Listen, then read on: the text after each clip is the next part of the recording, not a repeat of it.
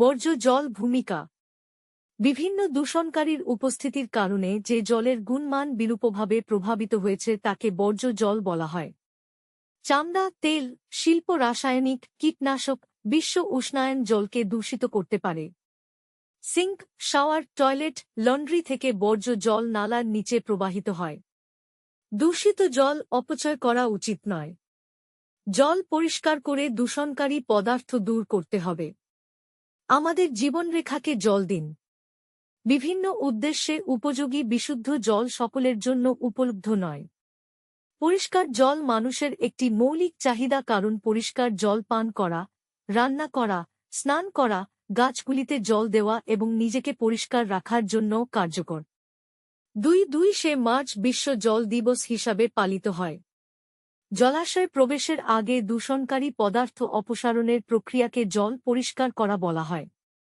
জল পরিষ্কার করার প্রক্রিয়াটি সাধারণত সিওয়েজ ট্রিটমেন্ট নামে বাড়িঘর, শিল্প, হাসপাতাল, স্কুল এবং অন্যান্য ব্যবহারকারীদের দ্বারা নির্গত বর্জ্য জলকে রেইন ওয়াটার বলা হয়, যা ঝড় বা ভারী বৃষ্টির সময় রাস্তায় নেমে আসে এবং বর্জ্য জলের অন্তর্ভুক্ত হয়। পানিতে ক্ষতিকারক পদার্থ থাকে যা রাস্তা এবং ছাদ ধুয়ে ফেলে। পয়ঃনিষ্কাশন হল একটি তরল বর্জ্য যার মধ্যে দ্রবীভূত এবং স্থগিত অমেধ্য রয়েছে, যা হিসাবে পরিচিত। দূষণকারীদের মধ্যে রয়েছে জৈব, অজৈব উপাদান, পুষ্টি, ব্যাকটেরিয়া এবং অন্যান্য জীবাণু। পুষ্টির মধ্যে রয়েছে নাইট্রোজেন ও ফসফরাস। ব্যাকটেরিয়ার মধ্যে রয়েছে কলেরা সৃষ্টিকারী অণুজীব। অন্যান্য জীবাণুগুলির মধ্যে রয়েছে আমাশয়, হেপাটাইটিস সৃষ্টিকারী জীব। পয়ঃনিষ্কাশন ব্যবস্থা হল এমন একটি পরিবহন ব্যবস্থা যা বর্জ্য উৎপাদনের স্থান থেকে নিষ্পত্তির স্থান পর্যন্ত বহন করে। বর্জ্য জল শোধন করার সময় মলের মতো কঠিন পদার্থগুলি তলদেশে স্থির হয়ে যায় এবং বর্জ্য জল শোধন পরিকল্পনা WWTP নামে একটি স্ক্র্যাপার দিয়ে অপসারণ করা হয়। বর্জ্য জল চিকিৎসার সাথে শারীরিক, রাসায়নিক এবং জৈবিক প্রক্রিয়াগুলি জড়িত। চিকিৎসা শারীরিক, রাসায়নিক এবং জৈবিক দূষকগুলি অপসারণ করে। বারস্ক্রিনের মাধ্যমে বর্জ্য জল পাস করা হয় এবং এখানে ময়লা, ক্যান, লাঠি, বোতল, বড খাদ্য সামগ্রীর মতো বড় জিনিসগুলি সরানো হয়। তারপরে জল একটি গ্রিট এবং বালি অপসারণ ট্যাঙ্কে পাঠানো হয়, যেখানে বালি, গ্রিট এবং নুডিগুলি বর্জ্য জলে প্রবেশের গতি হ্রাস করে স্থির হয়ে যায়। তারপর একটি বড় ট্যাঙ্কে জল জমা হতে দেওয়া হয় এবং স্লাজ অপসারণ করা হয়। যে জল থেকে তেল এবং তেলের মতো ভাসমান কঠিন পদার্থগুলি অপসারণ করা হয় তাকে পরিষ্কার জল বলা হয়। ক্ল্যারিফাইড জল তারপর অ্যানারোবিক ব্যাকটেরিয়া দ্বারা পচনের জন্য একটি পৃথক ট্যাঙ্কে স্থানান্তরিত হয়।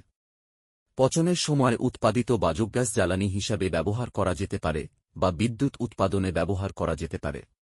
বায়ুকে পরিষ্কার জলে পাম্প করে ব্যাকটেরিয়া উৎপন্ন করা হয় যা বর্জ্য জলে অবশিষ্ট দূষকগুলিকে গ্রাস করে। ট্যাঙ্কে কয়েক ঘণ্টা পচনের পরে জীবাণুগুলি সক্রিয় স্লাজ হিসাবে নিচে বসতি স্থাপন করে। তারপরে বালি শুকানোর বিছানা বা মেশিন দ্বারা উপর থেকে জল অপসারণ করা হয়। খুব কম পরিমাণে ঝুলন্ত পদার্থ সহ পরিশোধিত জল জলাশয়ে ছেড়ে দেওয়া হয়, যেখানে এটি প্রকৃতি দ্বারা আরও পরিষ্কার করা হয়।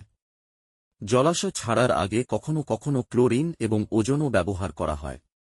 শুকনো কাদা সার হিসাবে ব্যবহার করা যেতে পারে, যা মাটিতে জৈব পদার্থ এবং পুষ্টি ফিরিয়ে দেয়। তাদের উৎসে বর্জ্য হ্রাস করার উপায়: তেল এবং চর্বি নালায় নিক্ষেপ করা উচিত নয়, কারণ এগুলি পাইপগুলিকে অবরুদ্ধ করতে পারে এবং জল ফিল্টার করার কার্যকারিতা হ্রাস করে খোলা নালায় মাটির ছিদ্রগুলি আটকে দিতে পারে। রং, দ্রাবক, মোটর, ওষুধ নালায় থাকা দরকারি জীবাণুগুলিকে মেরে ফেলতে পারে, যা জল বিশুদ্ধ করতে সাহায্য করে। নালায় টিলিফ, কঠিন খাবার, তুলো, নরম খেলনা অক্সিজেনের মুক্ত প্রবাহকে অনুমতি দেয় না এবং তাই অবক্ষয় প্রক্রিয়াটিকে বাধাগ্রস্ত করতে পারে। দুর্বল স্যানিটেশন এবং দূষিত পানীয় জল কলেরা, মেনিনজাইটিস, হেপাটাইটিস, টাইফয়েড, পোলিওর মতো বেশ কয়েকটি রোগের কারণ হতে পারে। মানুষের একটি বড় অংশ শুকনো নদীর তলদেশে, ক্ষেতের কাছে, সরাসরি জলে মলত্যাগ করে, যা জল এবং মাটি দূষণের কারণ হতে পারে। ভূগর্ভস্থ জল এবং পৃষ্ঠের জল উভয়ই দূষিত হয়, কারণ ভূগর্ভস্থ জল কূপ, ঝর্ণা, নদী ইত্যাদির জলের উৎস। বিকল্প বর্জ্য নিষ্কাশন ব্যবস্থা: কম খরচে অনসাইট পয়ঃনিষ্কাশন ব্যবস্থা চালু করা হয়েছে। উদাহরণ হল যেখানে হাসপাতাল, বিচ্ছিন্ন ভবনগুলির জন্য পয়ঃনিষ্কাশন ব্যবস্থা নেই, সেখানে সেপটিক ট্যাঙ্ক ব্যবহার করা হয়। রাসায়নিক শৌচাগার। কম্পোস্টিং পিট। কিছু শৌচাগারে ময়লা পরিষ্কারের প্রয়োজন হয় না, কারণ শৌচাগারের আসন থেকে নির্গত বর্জ্য আবৃত নালার মধ্য দিয়ে বায়োগ্যাস প্ল্যান্টে প্রবাহিত হয় এবং বায়োগ্যাস শক্তির উৎস হিসাবে ব্যবহৃত হয়। সর্বজনীন স্থানে স্যানিটেশন। রেলপথের মতো ব্যস্ত জায়গায়, বাস ডিপোতে প্রচুর পরিমাণে বর্জ্য উৎপন্ন হয় যা সঠিকভাবে নিষ্পত্তি করা উচিত, অন্যথায় মহামারী ছড়িয়ে পড়তে পারে। সরকার কর্তৃক নির্ধারিত মানগুলি কঠোরভাবে প্রয়োগ করা হয় না, তাই জনসাধারণের জায়গায় স্যানিটেশন বজায় রাখতে প্রত্যেকেরই অবদান রাখা উচিত। ভালো স্যানিটেশন অনুশীলন গ্রহণ করা আমাদের জীবনধারা হওয়া উচিত।